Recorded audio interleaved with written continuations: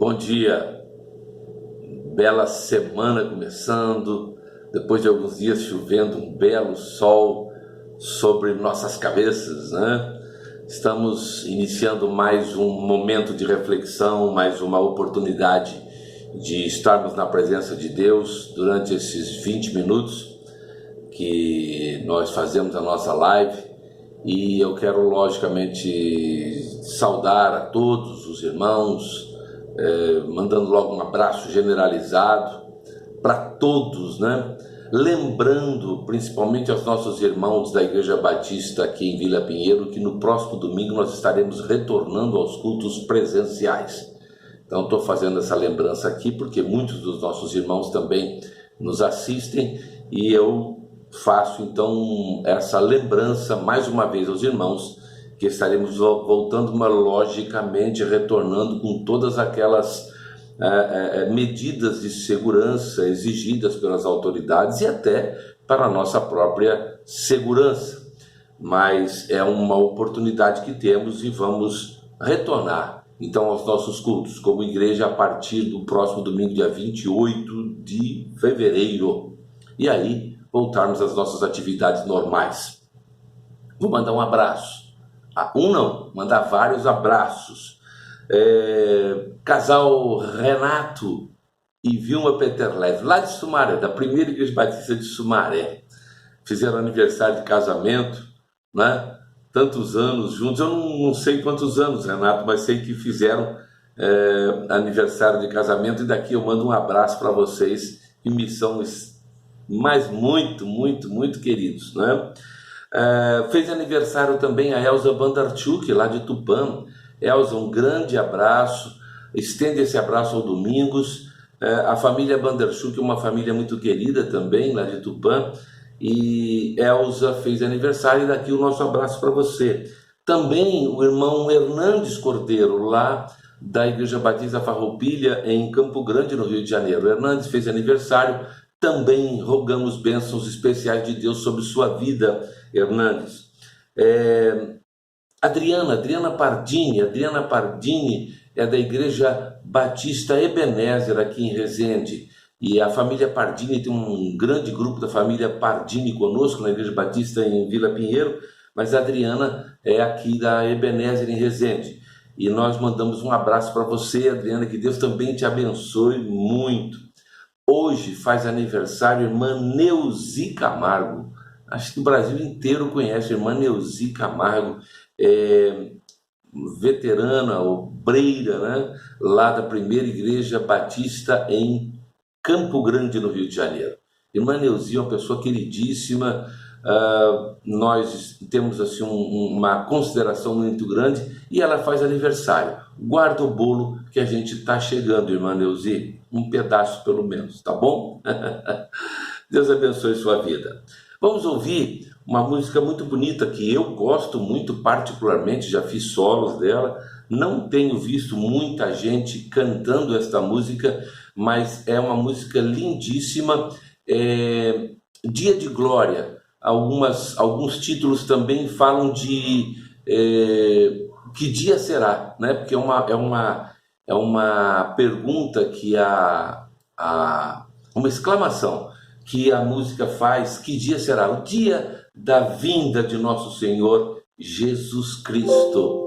Então eu, como gosto muito dessa música, procurei pelo YouTube e achei algumas gravações, mas gosto muito daquele coro da Tabernáculo da Fé, lá de Goiânia.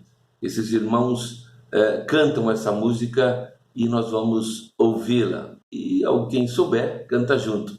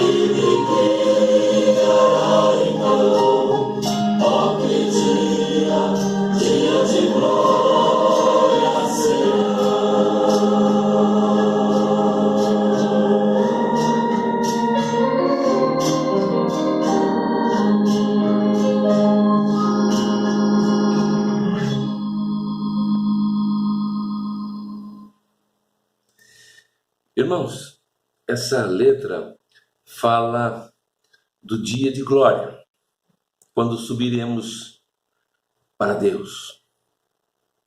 Não é essa reflexão que eu trouxe para hoje, eu só quero dizer que nós vivemos nessa terra esperando esse dia. Não sei se você ouve algum tipo de pregação que promete prosperidade para você aqui, enfim, outras coisas mais, né? É mentira. É mentira de Satanás. Nós estamos aqui porque somos salvos, estamos esperando irmos para o céu. E o dia que Jesus voltar, que dia de glória será? É essa a razão porque eu estou aqui, é essa a razão porque eu sou pastor, é essa a razão porque eu estou na igreja. Por outra não seria. Se eu quisesse riqueza, eu ia apostar na loteria, não vinha para a igreja. Enfim, como eu disse, não é essa a nossa reflexão desta manhã. Mas, de qualquer forma, estamos aprendendo, né? Vamos aprendendo na nossa vida, é preciso aprender. Enquanto nós estamos neste mundo, nós vivemos num processo de constante aprendizado. Nós estamos aqui para aprender. Desde o momento em que nós nascemos até o momento em que deixamos esta terra, nós estamos aprendendo. Antes tarde do que nunca, nunca é tarde para aprender, porque sempre estaremos aprendendo alguma coisa. E tudo que nós fazemos é resultado de aprendizagem. É um processo em que o nosso conhecimento vai aumentando gradativamente até que nós possamos realizar com sucesso aquilo para o qual nos propusemos. É assim, você vai aprendendo a fazer as coisas. Há uma canção muito cantada nas nossas igrejas que diz: eu preciso aprender um pouco aqui, eu preciso aprender um pouco ali, eu preciso aprender mais de Deus, porque Ele é quem cuida de mim.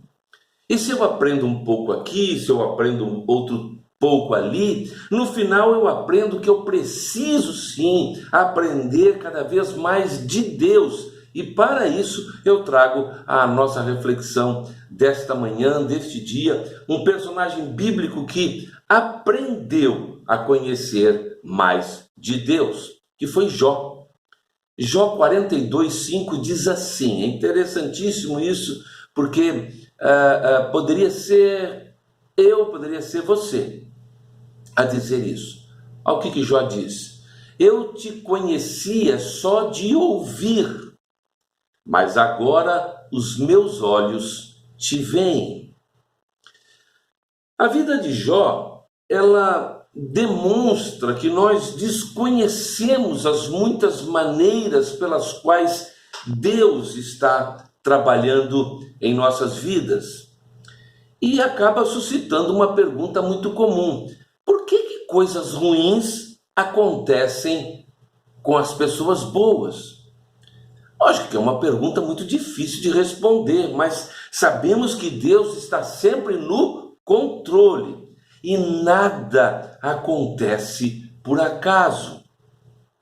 Jó era um homem, como diz lá no versículo 1 do capítulo 1, Jó era um homem íntegro, reto, temente a Deus, um homem que se desviava do mal.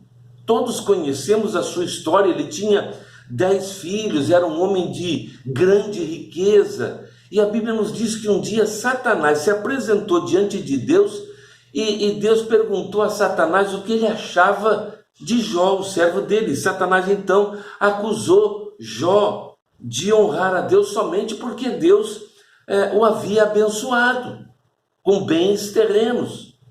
Então Deus permitiu que Satanás tirasse os filhos, a riqueza de Jó, e mais tarde Deus permitiu que Satanás o afligisse fisicamente.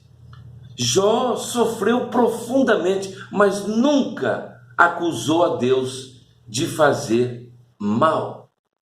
Ele sabia que Deus estava no seu trono, estava no controle total de todas as coisas, e embora ele não tivesse como saber por que tantas tragédias terríveis estavam acontecendo na sua vida, todas as pessoas que cercavam Jó tinham certeza de que ele devia ter cometido algum tipo de pecado para merecer aquela punição. Mas Jó manteve a sua inocência, embora tivesse confessado num determinado momento que ele queria morrer. Ele chegou até mesmo a questionar a Deus.